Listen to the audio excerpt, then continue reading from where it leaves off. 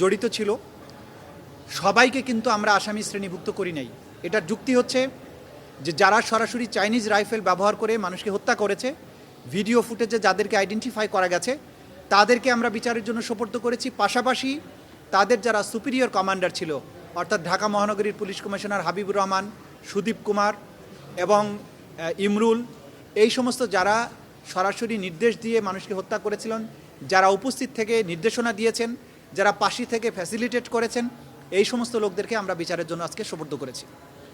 এই মামলাতে বিভিন্ন ডকুমেন্ট আমরা দাখিল করেছি। শেখ হাসিনার পক্ষ থেকে যে নির্দেশনা দেওয়া হয়েছিল লিথাল ওয়েপন ব্যবহারের, সেই ভয়েস শেখ হাসিনা বিভিন্ন ব্যক্তির সাথে কনভারসেশনের মাধ্যমে যে শক্তি প্রয়োগ, লিথাল ওয়েপন ব্যবহার করে বিক্ষোভকারীদেরকে হত্যা করার যে নির্দেশ দিয়েছিলেন, সেগুলো আমরা এখানে দাখিল করেছি। কিন্তু তাকে এই মামলাতে সরাসরি আসামি করা হয়নি, কারণ তার বিরুদ্ধে সেপারেটভাবে চার্জশিট দাখিল হয়েছে এবং সেখানে তার বিরুদ্ধে আলাদাভাবেই আনুষ্ঠানিক অভিযোগ অর্থাৎ ফর্মাল চার্জ দাখিল করা হবে। এটা ছিল আজকের প্রসিডিংস।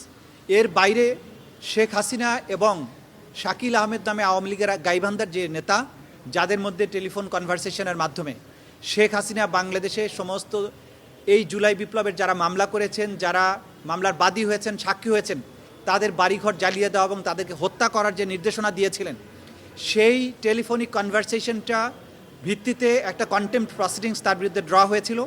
আজকে সেই কন্টেম্পট প্রসিডিংসেরও ফার্দার শুনানি ছিল।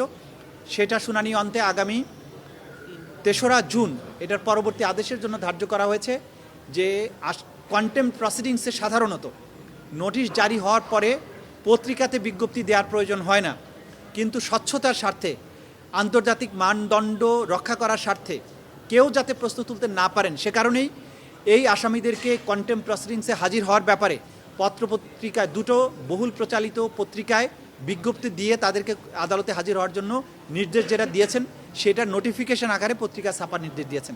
সেটাও আগামী ৩ তারিখে ফার্দার আদেশের জন্য আসবে এবং সেদিন যদি তারা হাজির না হন, তাদের আইনজীবীর মাধ্যমেও যদি জবাব না দেন, তাহলে আদালত এই ব্যাপারে পরবর্তী আদেশ প্রদান করবেন। আওয়ামী লীগের জন্ম থেকে শুরু করে যতদিন তারা বাংলাদেশের শাসন ক্ষমতায় ছিলেন, তাদের পুরো কর্মকাণ্ডের পেছনের ইতিহাসটা তুলে ধরা হয়েছে।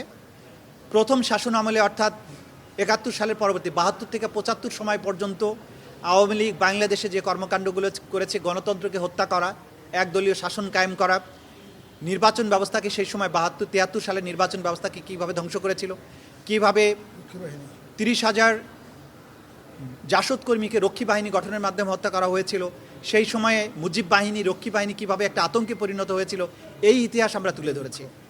দ্বিতীয় পর্যায়ে এসে ২০০৯ থেকে ২০২৪ পর্যন্ত সময়ে আওয়ামী লীগ কীভাবে ক্রমান্বয়ে একটার পর একটা রাষ্ট্রীয় প্রতিষ্ঠানকে ধ্বংস করেছে, বিচার ব্যবস্থাকে ধ্বংস করা, নির্বাচন ব্যবস্থাকে ধ্বংস করা, অর্থ ব্যবস্থাকে ধ্বংস করা, দুর্নীতিটাকে প্রাতিষ্ঠানিক রূপ দেয়া, গুম খুনকে একটা কালচারে পরিণত করা, মানুষের ভয়েসকে কিভাবে সাইলেন্ট করে দেওয়া যায় সেটার জন্য গুম খুন, ডিজিটাল নিরাপত্তা আইনকে কিভাবে ব্যবহার করা হয়েছে, প্রতিরক্ষার দিক থেকে বাংলাদেশে ধ্বংস করার জন্য পিলখানা হত্যাকাণ্ডের মাধ্যমে সেনাবাহিনীর চৌকস অফিসারদেরকে হত্যা করা এবং প্রতিরক্ষা বাহিনীর মেরুদণ্ডকে ভেঙে দেয়া, ধর্মীয় মূল্যবোধে বিশ্বাসী লোকেরা যাতে ভয়েস রেজ করতে না পারে শাপলা চত্বরের গণহত্যার মাধ্যমে তাদেরকে সাইলেন্ট করেছে।